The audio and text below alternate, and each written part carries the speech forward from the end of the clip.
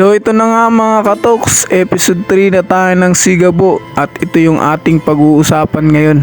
So dito nga mga katoks, muling nakaharap ni Gabo si Jingo.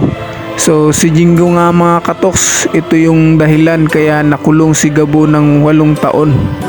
At dito nga mga katoks, talagang nangyari yung binabalak ni Gabo na kapag siya ay nakalaya sa kulungan, talagang maghihiganti siya dito kay Jingo.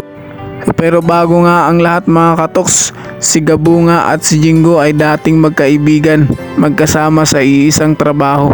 Pero ang nangyari, trinaydor si Gabo ni Jingo. Kaya ito yung naging dahilan ng paghihiganti ni Gabo kay Jingo mga katoks. Siya ay nagtraydor, inilaglag si Gabo mga katoks. So sa episode 3 nga ng si Gabo mga katoks, ito yung maaari nating abangan.